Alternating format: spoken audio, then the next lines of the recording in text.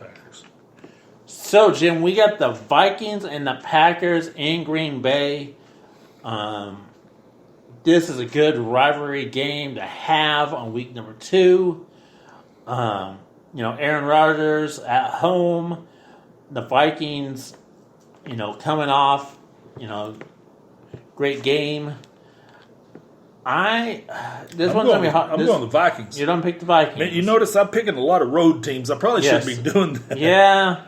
I picked 1, 2, 3, 4, 5 out of the 6 games we've covered. I picked 5 road. That's probably not going to work out. I'm half and half so far on my picks, but why do you think the Vikings? Explain your logic. I don't think the Packers can score enough. Unless the Bears' defense is that good, and apparently it is, but Packers they didn't show me anything, man. I mean, well, that Monday night game last Thursday night game against the Bears. That was a penalty fest of flags, and right, that was just boring football. But I mean, it was a good rivalry game. But this week, it's a 12:00 game. Yep. Two teams familiar with each other. Oh, very much so. Kirk Cousins, he's going to be able to maintain what he's done. You know what? I just like Coach Zim better than I like the Packers coach. I mean, obviously the Packers have the advantage at quarterback, but I'm going with Vikings. I think their defense is better. I mean, this isn't Mitch Trubisky you're going against. This offense right here is a little more formidable than what the Bears trotted out there, and I think they'll be able to score just enough to beat the Packers, even though it's at home opener. Okay. Beautiful. You got a dome team going outside to play. Teams typically playing domes. They draft for a little bit more speed. Because speed, it's easier to expose your speed advantage on a artificial turf as opposed to being outside. But I'm going to pick the Vikings, and I think they're a more physical football team than the Packers are. I think Packers a little more finesse than them. So give me the Vikings. I'm doing the Packers, and I'm seeing a lot. It's going to be definitely a better improvement. It's going to be a lot better than it was last Thursday against the Bears. They've had more time to go over game video. They've been off since they haven't played in almost 10 days, a little over 10 days. So everyone should be healthy. They'll be able to read film on the Vikings. I think they have more going for this game than they did week 1. And so that's why I think Packers, it's going to be a close game. I think it's going to be within 6 to 7 points difference, but I say the Packers. And I know the next game, dear to your heart. What, Patriots and Dolphins? No. That's what I had, Patriots and Dolphins. I was talking about the Cowboys. No, let's do Patriots and Dolphins. Oh, hey. You want to talk about the mercy game, huh? Yeah, that will happen. Unmerciful game. Okay. And please don't tell me you're picking the Dolphins. Nope, I'm on a roll here with these road teams. So let me stay with this one more time. I'm gonna pick. I bet you couldn't even get a bet for this. I bet they couldn't even set a line. This is going to be kind of brutal. But it's what I'm going to look for is see. Like I said, they've got rid of some of the bad eggs out of there. You've got guys complaining about the coaching staff already. And demanding trades. Yeah, I would probably bench those guys. You're going to lose anyway, so why not? Okay, you're gonna pop off. You can ride the bench, and it's going to be fun to watch and see how long they keep Fitzpatrick at quarterback.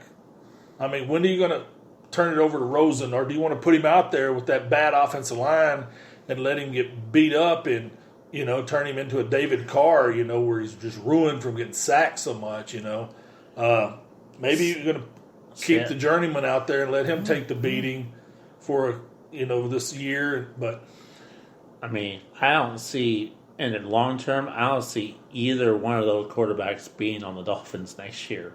You don't think Rosen's going to be? I mean, they No. gave up a premium pick to get him. I mean, I think he'll be screaming at his agent to be traded or something. Well, I mean, it was god awful. Well, I mean, and I hate to say that. it's a lack of talent on the offensive line. You know, they got rid of the running backs. Who's the running back for the Dolphins now? I have no idea. I'm just saying that's how bad they are. If you don't know who the running back Look is. it up and stuff. But the Patriots probably be able to, and of course the big thing going in here, is AB. The AB story. First AB's come in, then you hear AB, is getting accused of rape. Maybe that's enough of a distraction. But being that that's Belichick, he's probably not going to let it be a distraction. I mean, they did pretty well against the Steelers without him on there last week. Tom Brady's not hurting for weapons to throw at or run the ball or. Yeah. The defense only gave up 3 points. Yeah. This is going to be bad. Now this might be that time that everyone was saying that long time ago the Patriots going to win and the Dolphins just ran. Remember Randy Brown? He ran for 4 touchdowns in the game long time ago, beat them. Everyone, that was a shocker. This is not going to be a shocker. I'm picking the Patriots. I'm picking the Patriots on this one as well.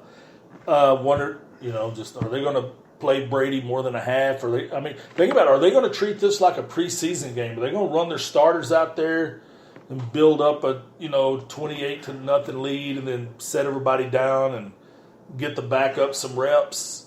What are they going to do? Because, like I said, they can beat these boys like sled dogs, but Antonio Brown stuff's still going to dominate the headlines up there. You might not be hearing it much out of the Boston market. But you turn on any national. And that's all they're talking about. And the CBS crew will be, definitely covering this game and covering from all ends. This will be an interesting game, but I'm saying the Patriots. Yeah, I don't think it's going to be interesting at all. You're just going to have to try to draw up some kind of storyline to make this, to make it palatable. Maybe they talk about what Tom Brady had for breakfast. I'm sure there'll be enough dead air there, and so this one's not going to be pretty. Like I said, I look for them get up to about 21, 28 point lead and just set Brady and just call it. Yeah, because do you think that these guys can put 28 points on the Patriots? Nah, heck, they might set him at 21. I don't know, but that's what I would do. Next one up we got is the Bills versus the Giants. And I am going to reverse field on this one. I'm going to go with the home team. I'm going to go with the Giants because I don't think they can stop Saquon Barkley after what I saw last week. That offensive line for the Giants isn't bad. What they gave up a sack against the Cowboys, that's it. Yeah. Saquon had 11 carries for 100-plus yards. Yeah.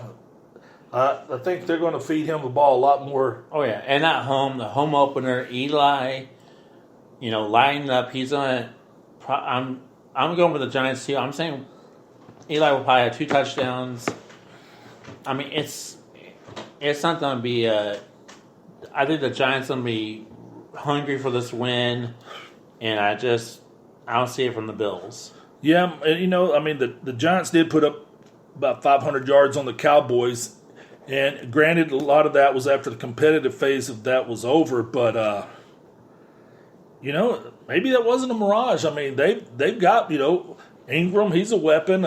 Shepard's a weapon, even though I believe he got concussed and he may be in a protocol right now. But, Saquon Barkley should be enough because I don't think Josh Allen can put enough fear on them to back them off that.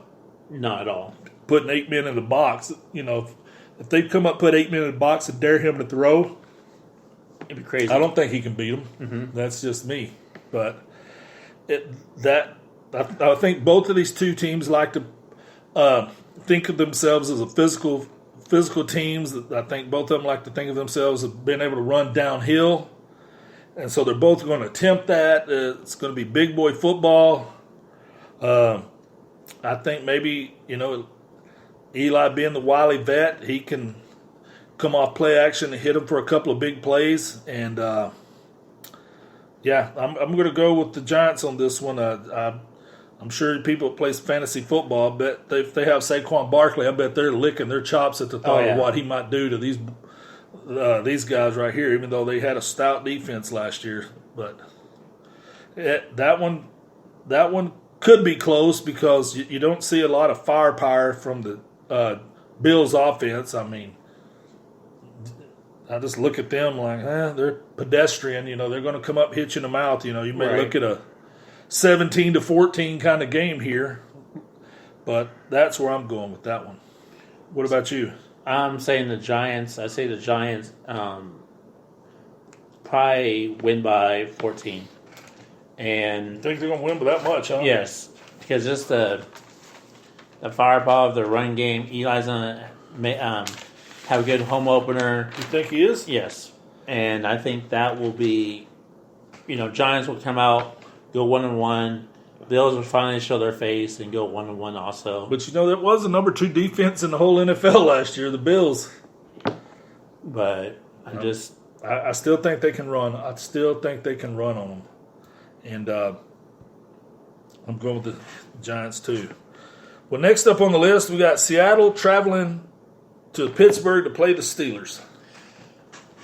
I am calling this the redemption of the season for the Steelers to be season after the first game. Yeah, because that's how they're. If you were in Pittsburgh, that's how they're talking about it. Yeah. How, is Ben washed up? Can he do it? Is Tomlin on the hot seat?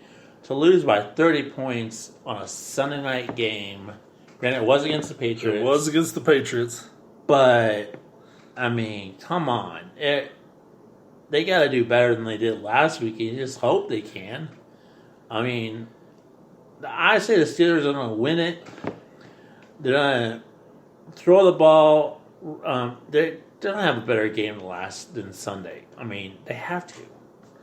I mean, I'm not giving anything around Seattle. Seattle's a great team. Great coach. Russell Wilson's great. Yes. They do got Jadeveon Clowney up there now, so he can get after the quarterback. I'm going Steelers. Okay. Well, we're both in agreement about that one. So I'm picking the home team. It's only the third one I'm picking this week so far. But I don't think that the Seattle can stop that running game like that. I mean they held Connor last week to 50 yards or something. I don't think that the Seattle defensive line can do that. I mean, they don't do better. Well, they had the 16th ranked defense last year, but there's a lot of parts missing off of that. Clark's gone, but you bring in Clowney, but I don't think Clowney's as good a run defender as Clark was. So, I